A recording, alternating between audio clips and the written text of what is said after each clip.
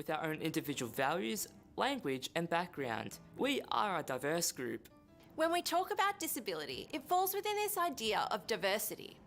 In Australia, 1 in 5 people have disability. That's over 4.5 million. Worldwide, over 1 billion people have disability. The United Nations definition states, people with disability are those who have long-term physical, mental, intellectual or sensory disability, which, in interaction with various barriers, may hinder their full and effective participation in society on an equal basis with others. Disability predominantly exists in the act of participation, or, more specifically, in the barriers that prevent us from participating in things like work, sport, leisure activities, and tourism. These barriers can be in the physical environment, systems and processes that we use, the way things are communicated, or in barriers caused by the way people are treated. Historically, Disability has been viewed through the lens of the medical model, which comes from the belief that people with disability need to be fixed or healed in order to live a fulfilling life. The challenge of participation is placed solely on the person with disability in regard to their ability to participate. In contrast, the modern way to view disability is the social model of disability. This way of thinking advocates that the barriers that disable people are external, they're in society. It supports the idea that the environment and attitudes are what stop or hinder equitable participation, not the person's disability. For example, as a wheelchair user, if I physically can't access a building due to steps, it's the steps that are disabling to me, not my inability to walk. My disability affects my mobility. For others, their disability could impact the way they learn, or their ability to communicate, or see or hear. As you might know, disabilities can be visible or non-visible. They can be permanent or temporary, and they can have a varied impact on a person. For the most part, people with disability live the same way as the rest of society. We get annoyed with traffic, we sometimes buy things online that we don't need, and we make questionable Netflix decisions. But quite often, people with disability come up against barriers trying to do things that most people take for granted. The good news is that you, in the tourism industry, have the chance to recognise and remove those barriers. You may have heard the words access and inclusion used together. So what's the difference? The easiest way to think about accessibility is in the design of environments, products and services. Accessible environments are ones in which everyone can move around and use. On the other side, inclusion is about providing a sense of respect and belonging. If accessibility is about the physical environments, systems and processes, then inclusion is about the behaviours and feelings these create. A restaurant can be physically accessible, but if staff ignore me and speak to my partner, family or friends instead of me when asking questions about my order, then it's not really inclusive. That's accessibility without inclusion. If that restaurant has steps but my friends help me inside and I'm welcomed and treated well, that's an example of inclusion without access. As you might guess, inclusion and access work best together. My experience when travelling is that providing physical access while making me feel welcome is the best combination. It's a holistic experience and I can enjoy time with my family without anxiety and stress. It means that we can make memories together and we're all having the same experience. When people with disability have all the information we need about accessibility, we can make informed decisions about where we go and how we take part. And when inclusion is at the forefront of the tourism experience, we feel accepted and welcomed. When access and inclusion are considered and in place, we can enjoy our travel experiences, spend money and make memories with the ones closest to us.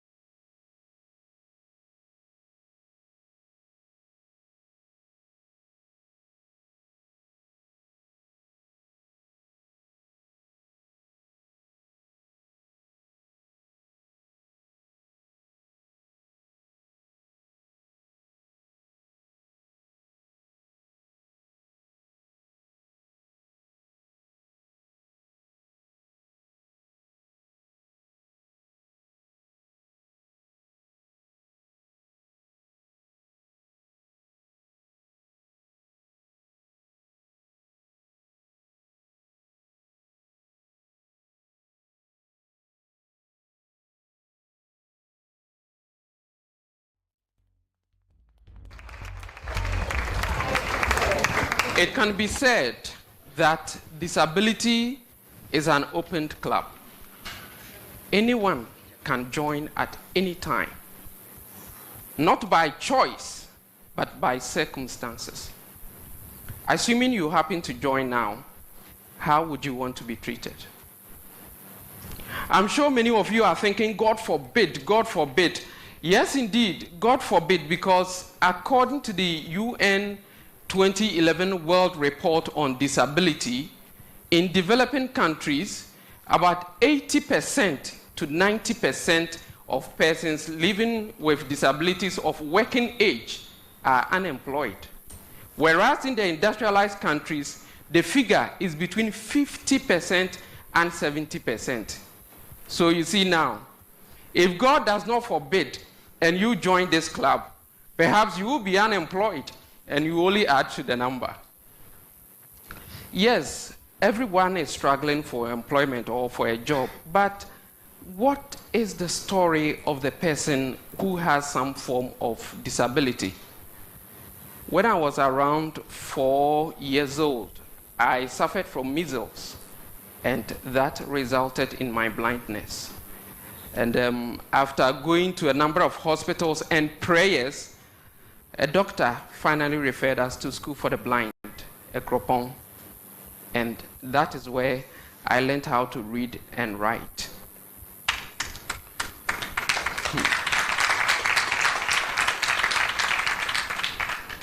Then I had no prior knowledge of School for the Blind, but what I had in mind was that because I could see a little, I was going to be allowed to get close to the blackboard, or prints will be large enough for me to read.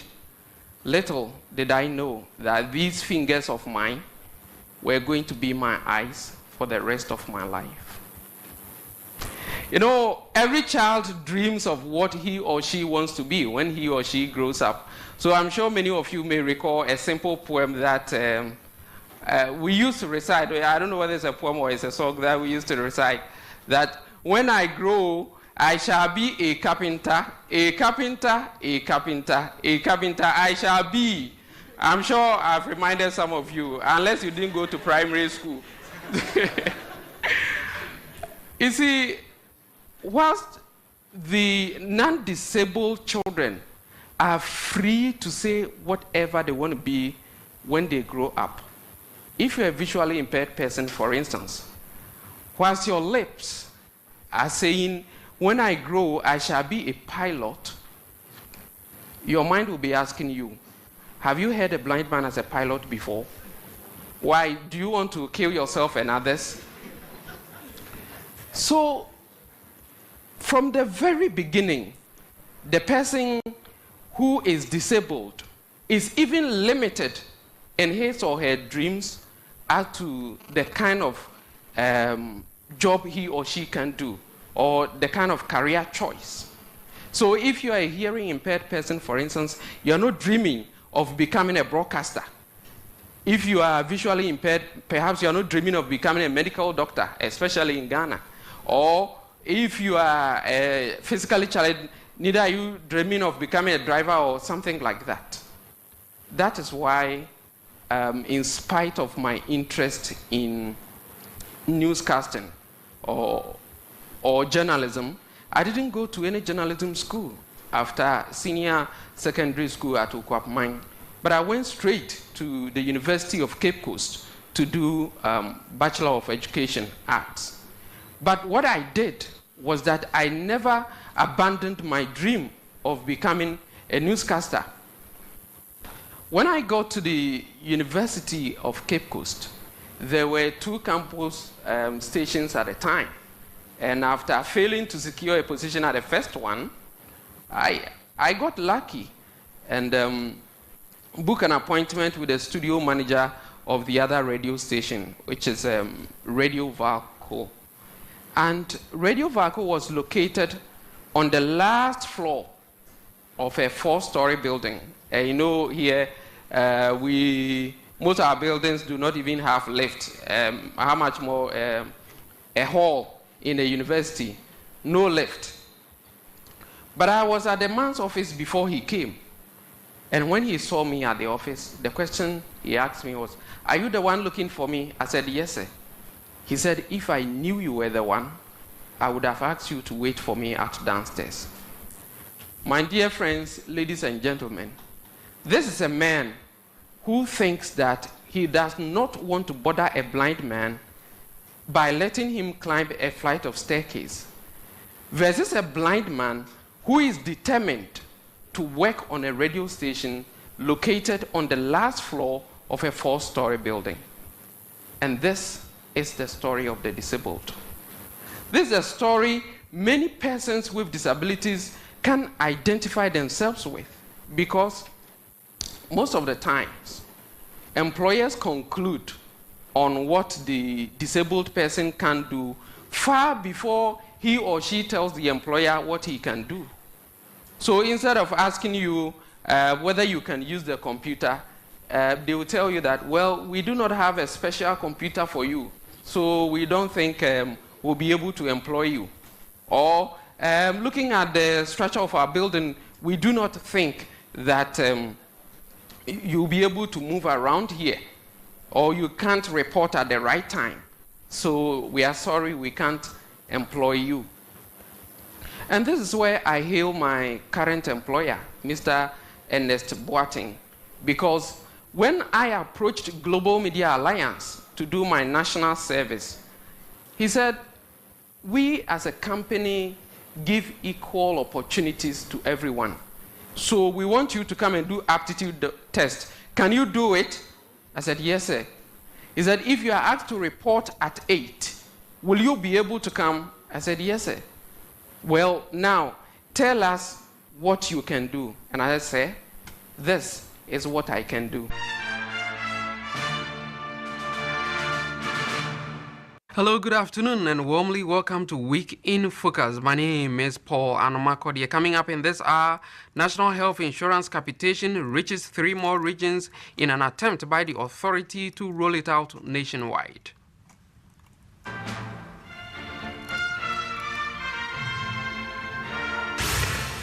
Nana Addo Dankwa Akufo-Addo makes a comeback to contest NPP's presidential election.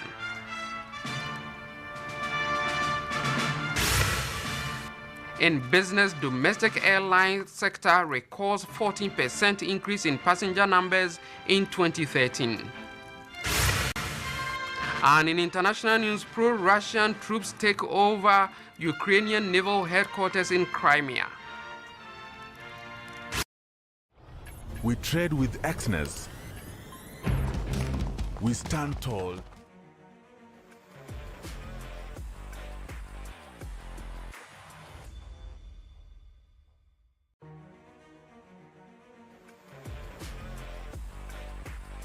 And now the details of their stories. The University of Ghana on Monday extended the time limit given to commercial drivers who ply the campus from 15 to 20 minutes. However, the new time frame has not allayed the concerns of drivers. ETV's Deborah Smalley-Lomote reports. After a turbulent piloting of the capitation program in the Ashanti region, the National Health Insurance Authority has announced the extension of the project nationwide. But ahead of the implementation, ETV News examines the feasibility of the much criticized exercise, which has been fraught with lots of setbacks. In sports, soccer fans on the streets of Accra have expressed their opinion about the approved $9.8 million budget for the Black Stars ahead of the upcoming World Cup in Brazil. Thank you very much for joining me. My name is Paul Anomakodie. Enjoy the rest of your weekend.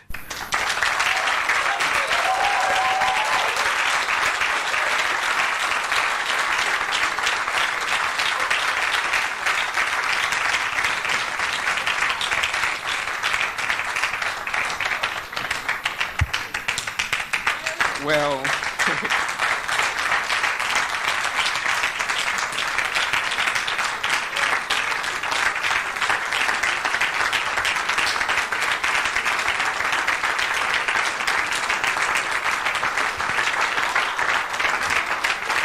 all right. Thank you very much. But I think that if opportunities are given to others, some could even do better than this. But I think that if unemployment among persons with disabilities will reduce drastically, there are certain fundamental issues that need to be tackled first. First of all, I think there should be massive awareness creation and sensitization of disability issues to correct certain wrong perceptions people have concerning persons with disabilities. In our part of the world, Africa, and for that matter, Ghana, many even see disability as a curse or even the work of the devil. So it was not surprising that apart from the number of hospitals my parents took me, we also attended a number of prayers as well. I remember during one of those prayers, the pastor was saying that when the Holy Spirit comes on you, you are going to fall down. So do not worry about the new clothes that you are wearing. Then, before he could even finish, the crowd moved back and pushed me down. So I tried getting up, and my loving mother, Juliana Akusianimo, thinking it was the Holy Spirit which had come on me, gently held me down. But I knew it was someone who had pushed me down.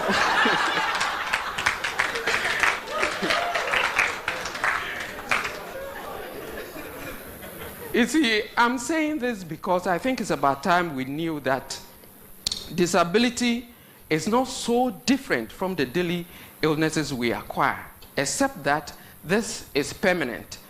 There is therefore the need for us to get rid of the numerous weird stories associated with the condition, so that if you have an employer who thinks that meeting a disabled person first thing in the morning is a sign of bad luck, there's no way such an employer will employ a person with disability.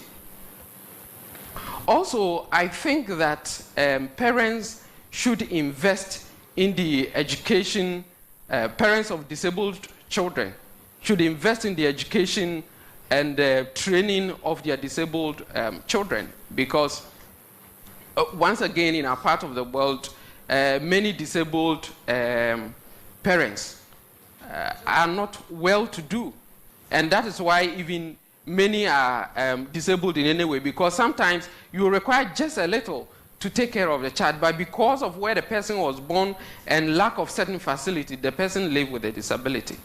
But even at a very difficult time, when a doctor has referred me and my brother, Peter Anomakodie, who is also visually impaired, to school for the blind, that was when my father, Anthony Anomakodie, the poor security man at the time, made a promise he and my mother kept faithfully.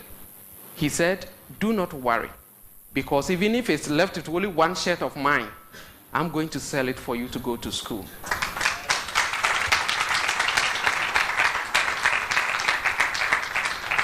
So if parents of disabled children will be so passionate of giving their disabled children the best education and the necessary training required for the job market, I do not think that unemployment will be as high as it is now among persons with disabilities. Another thing that is dear to my heart is the availability of assistive devices. In the developed countries, disabled persons are able to live independent lives and also work efficiently due to technology.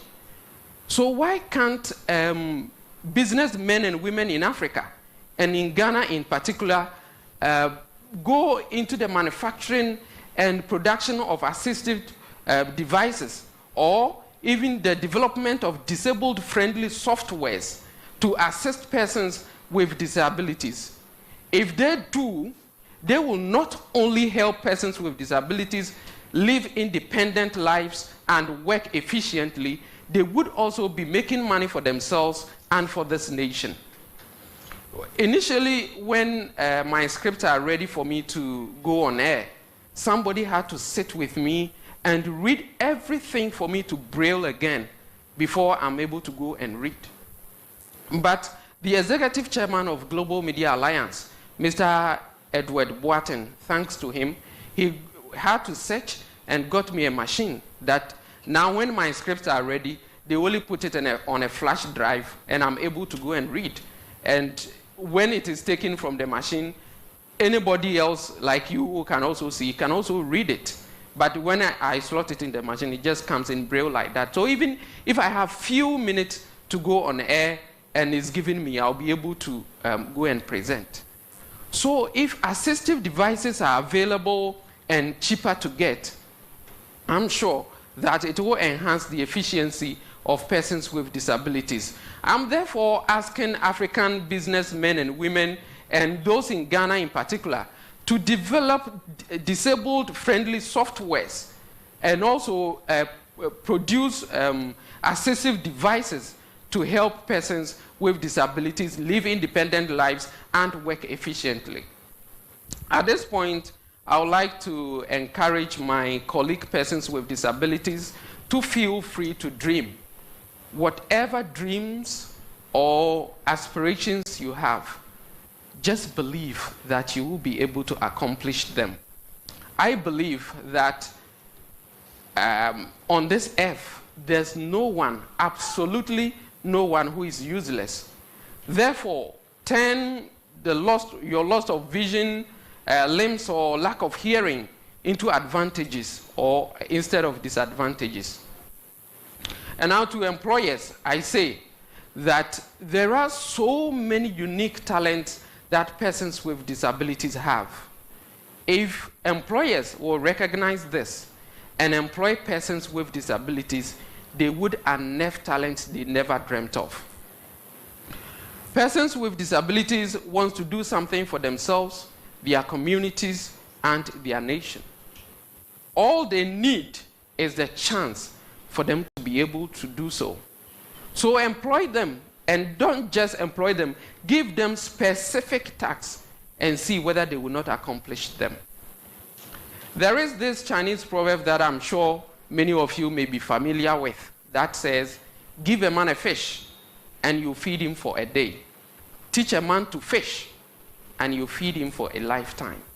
So please, at least remember this, that anytime any person with disability approaches you for a job, just remember that he or she wants you to teach him or her to fish and not to give him or her fish. Would you please remember? Yes. Okay, thank you very much.